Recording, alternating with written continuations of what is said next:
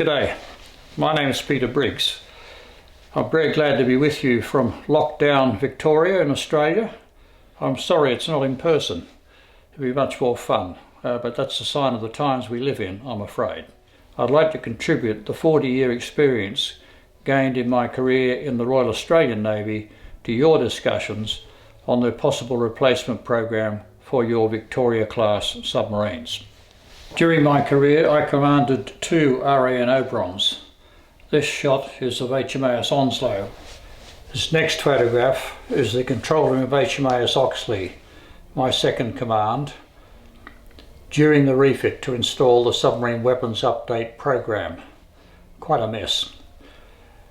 And 1 million man-hours later, the control room with the new fire control system installed. At this stage it directed the current weapons we had then, the Mark 8 and the Mark 23 torpedo. I subsequently led a team that introduced the Mark 48 and the Harpoon missile into that system, and this shot is a submarine firing the sub-Harpoon missile. I commanded the RAdm submarine squadron based at HMAS Platypus in Sydney. This is a shot of HMAS Platypus with 5 submarines alongside. Operating submarine base in suburban Sydney had its moments of challenge. Following this, I was the Director of Submarine Policy and Warfare, the professional head of the RAN submarine arm in Naval Headquarters in Canberra. In my final job in the RAN, I led a team rectifying the issues encountered in introducing the Collins-class submarine into RAN service. Since retiring, I've been heavily involved in the arguments to double Australia's submarine capability, and this has led to the program to design and construct 12 attack-class submarines currently underway with the Naval Group in France. I've also been arguing less successfully for consideration of the issues arising from a possible transition to nuclear-powered submarines. This is a USN, SSN. I'm not here to tell Canada what you should do, but I am struck by the similarities between our 2 Navy and our nation's requirements of their submarine services. I'll speak a little bit about Australia's experience, some of the things that went well and some that didn't go quite so well. But first we should revisit why we have submarines at all. Submarines are expensive to acquire and own. They operate in a demanding, dangerous environment, potentially hazardous if you get it wrong. So why bother with them? The answer is their unique ability to exploit their stealth to operate in areas at long range where you don't have sea or air control, discreetly, persistently observing, listening and surveying, without creating a diplomatic incident and, if appropriate, striking with a high degree of precision and lethality. They provide a high degree of uncertainty in an opponent's calculation and hence deterrence. Countering the belief that even a single submarine could be there is very difficult and demands a great deal of expensive resources. The empty seascape speaks for itself. Australia's Defence Minister, the Honourable Linda Reynolds, CSC, laid particular emphasis on the importance of Australia's submarines when she launched the Strategic Update and Force Structure Plan in July this year. Submarines are fundamentally important to our defence strategy. They are a unique and powerful deterrent to any adversary. They are critical to protecting our nation's security interests. Our submarine capability underpins Australia's credibility and influence as a modern military power. And let me make that statement again. Our submarine capability underpins Australia's credibility and influence as a modern military power. The Strategic Update was notable for its blunt recognition of the changing strategic circumstances Australia faces and the removal of warning time for a future conflict. To quote the Minister again, historically, defence planning had assumed a decades-long warning period for any major conventional attack against Australia. This is no longer valid. The Commander of the Royal Canadian Navy, Vice Admiral Art MacDonald, seen here, drew similar conclusions on the strategic relevance of submarines when speaking with the Canadian Defence Review magazine earlier this year. He said, and I quote, "The Victoria-class submarine is, as you know, an incredible strategic asset for the Government of Canada and for the Canadian Defence Forces. Persistence, stealth and lethality make it a unique capability," unquote. Like Canada, our submarines must operate over long distances, requiring greater endurance and self-sufficiency than many of the Western European submarine designs provide. This map of Europe, with Australia superimposed on it, illustrates the much greater ranges required for a submarine operating in the Indian Pacific Ocean region. Our requirements justify the pain and the expense, and there have been plenty of both, in developing a bespoke design, first for the Collins class and now for the Attack class. We both share the complexity and expense of two-ocean basing. Canada has a third, the icy Arctic, whilst we spend much of our time transiting through or operating in very hot tropical waters. You can't afford a second 11 mentality. Both coasts and submarine bases need a full range of support facilities.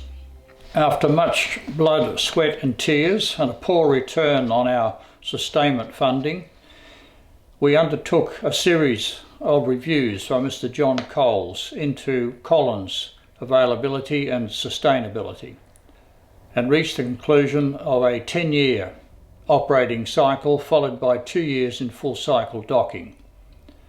This provided much needed certainty for the shipyards in Western Australia and South Australia, with 2 submarines in deep maintenance, 2 available for deployment and 2 being prepared for deployment, illustrated in this graphic.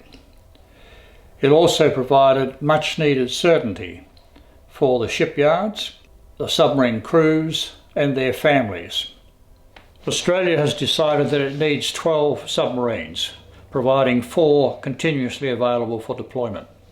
A decision on two-ocean basing has not been announced. This map shows Fleet Base West, where the submarines are currently based, and Fleet Base East at Sydney. Submarines deployed to the East Coast as required. It should be noted that the base in Western Australia is 9 submarine days closer to Singapore than a base in Sydney. The Netherlands provides an example of a navy successfully operating a force of 4 submarines, illustrated in this video, able to provide 1 operational and occasionally a second for a limited period. I would argue that 6 is the minimum number for personnel critical mass. The RAN has had its share of submarine manpower crises over the years after a concerted training effort over more than a decade, including favourable access to the top recruits graduating from the Naval Recruit Training System. We're at 5 crews, illustrated in this shot of submarine divisions parading on the wharf at Fleet Base West. Turning to the timeline to replace the Collins class submarine with the 12 Attack class. Australia's process, I think, is probably an example of how not to do it. In 2006, I led a team undertaking a future underwater warfare capability, industry and political study. Amongst the recommendations were that we would need more than 6 submarines in the future, that we should evolve from Collins with overseas design support, and a sense of urgency if a life of type extension for Collins in 2026 was to be avoided. 2008, Collins was placed on a list of projects of concern.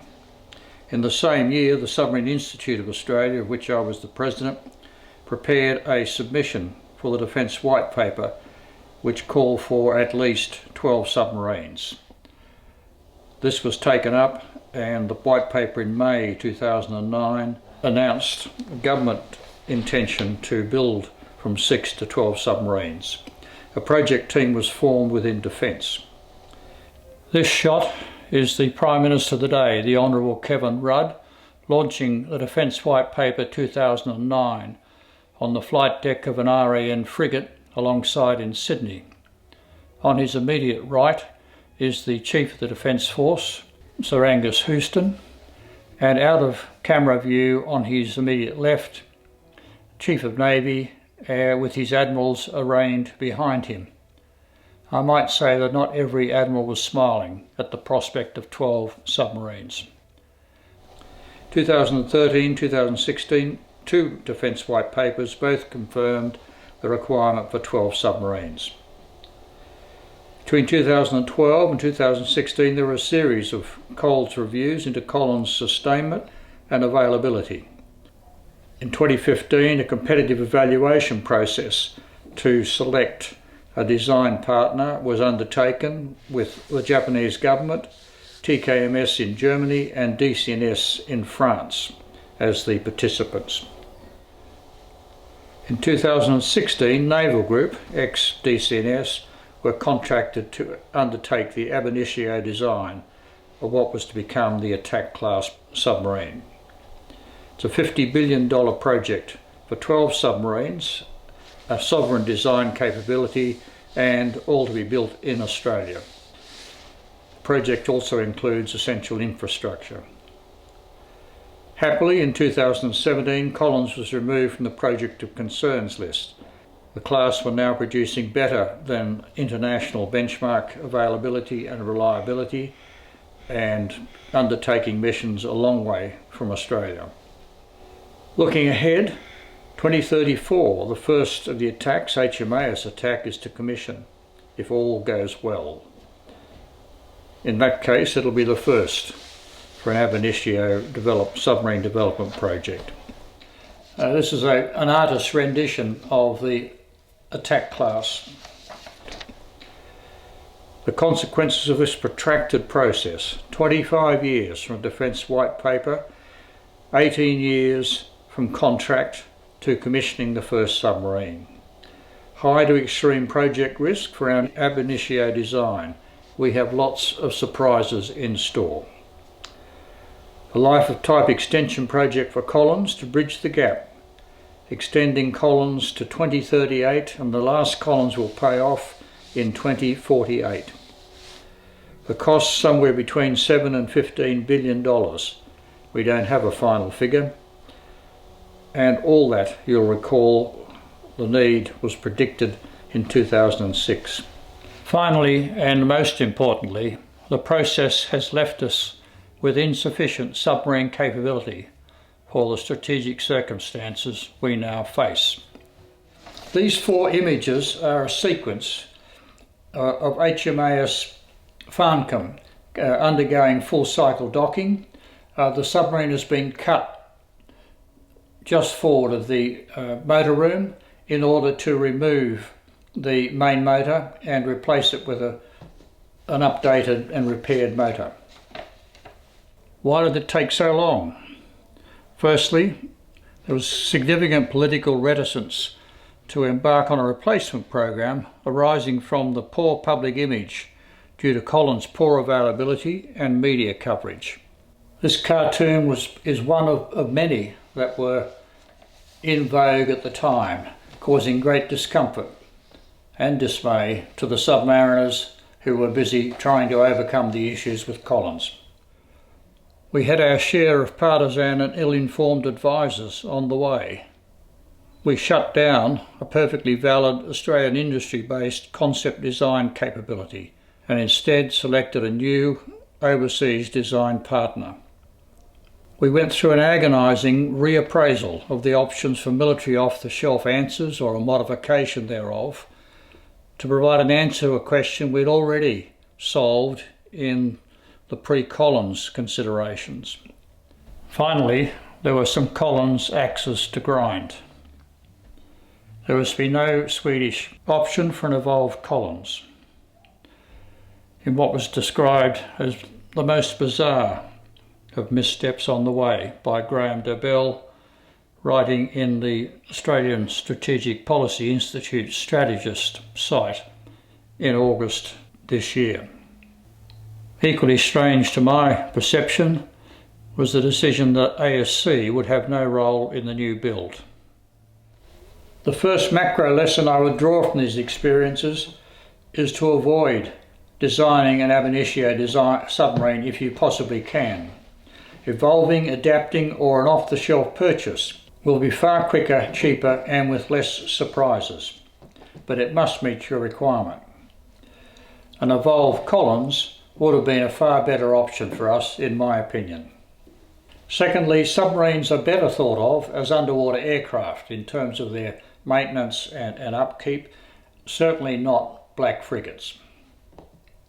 Sustainment is expensive, but cutting corners is more expensive. Submarines are a strategic asset offering a unique national capability. The government, defence, navy and public understanding of this is essential. Time is precious. It's later than you think. Have we learnt the lesson that politics should take second place to the nation's defence interests? I think not. The map illustrates the long geographical distance between the submarines based in Fleet Base West, the shipyard in Adelaide, and the fleet base on the east coast in Sydney. In 10 years' time, I fear we will be lamenting that political self-interest delayed or overrode the common sense imperative to shift the Collins refits to Western Australia to build up experience levels in that workforce ahead of the first, more challenging life-type extension full cycle docking in 2026, and allow us to do so clear of the manpower stresses in South Australia caused by the build-up of the workforce to construct the new submarines and frigates. It also leaves the submarine crews with a 2,500 kilometre commute from the dockyard in South Australia to their families in West Australia during a period of so-called shore time. Let's hope I'm wrong in my prediction. Canada needs to make its mind up whether it needs a submarine capability or not. It sounds as if the Commander of the Royal Canadian Navy has done so, to quote from Vice Admiral Art MacDonald again. Conversation and effort regarding a Victoria-class replacement has to happen soon, and there's no doubt that is the case, unquote. The immediate challenge is to ensure that the government, people and the Navy of Canada have that same level of understanding. If so, you must update and sustain the Victoria class throughout the program, and with an allowance at the other end for an overrun, in order to maintain seagoing submarine capability, producing the essential personnel to undertake the transition. The practical life remaining in the Victoria class is one input to your timeline. The strategic situation is another. If 2-ocean basing is a requirement, then you're looking at least at 2 lots of 4 submarines.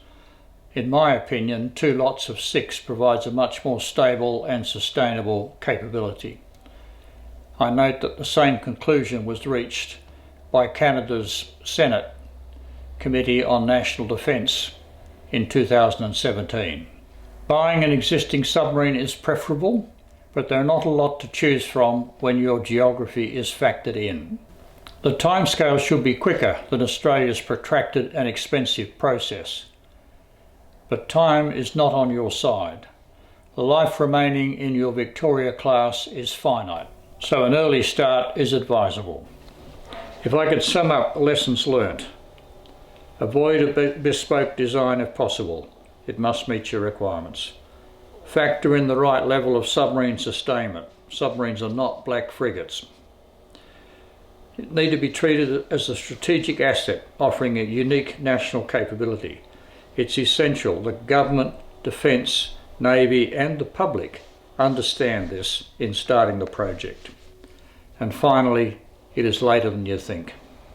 Thank you. I'd be happy to take your questions, and let's hope the technology allows that. Thanks.